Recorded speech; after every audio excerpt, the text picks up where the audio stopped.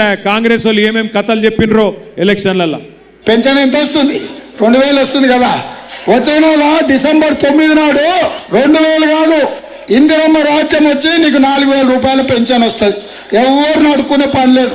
ప్రతి నెల 1వ తారీఖు నాడు ప్రభుత్వ ఉద్యోగికి జీతం వచ్చినట్టుగా ప్రతి నెల 1వ తారీఖు నాడు ఆడబిడ్డల ఖాతాలో 2500 రూపాయలు ప్రతి నెల ఆడబిడ్డల ఖాతాలో వేయాలని కాంగ్రెస్ పార్టీ నిర్ణయం తీసుకున్నది. షాదీ ముబారక్ కళ్యాణ లక్ష్మిలో ఈ రోజు 1,00,000 రూపాయలే వస్తున్నాయి.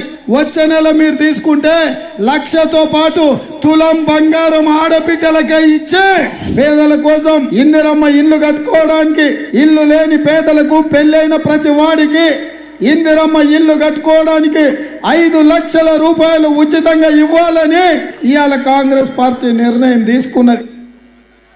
వచ్చినాయా అన్ని? ఏమేం మాటలు చెప్పిండో విన్నారా? 4000 वजीफा मिला किसी को? 4000 पेंशन వచ్చిందా? नहीं सुनाई दे रहा. 4000 आसरा पेंशन मिला आपको? వచ్చిందా? 2,500 వచ్చిందా మహిళలకు? మిలా కిసికో?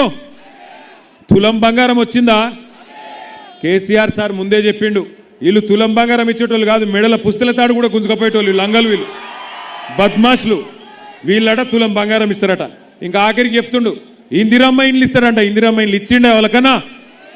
హైదరాబాద్లో ఒక్క ఇల్లు కట్టిండా 2 ఏళ్లలో? ఒక్క ఇటుక పెట్టిండా?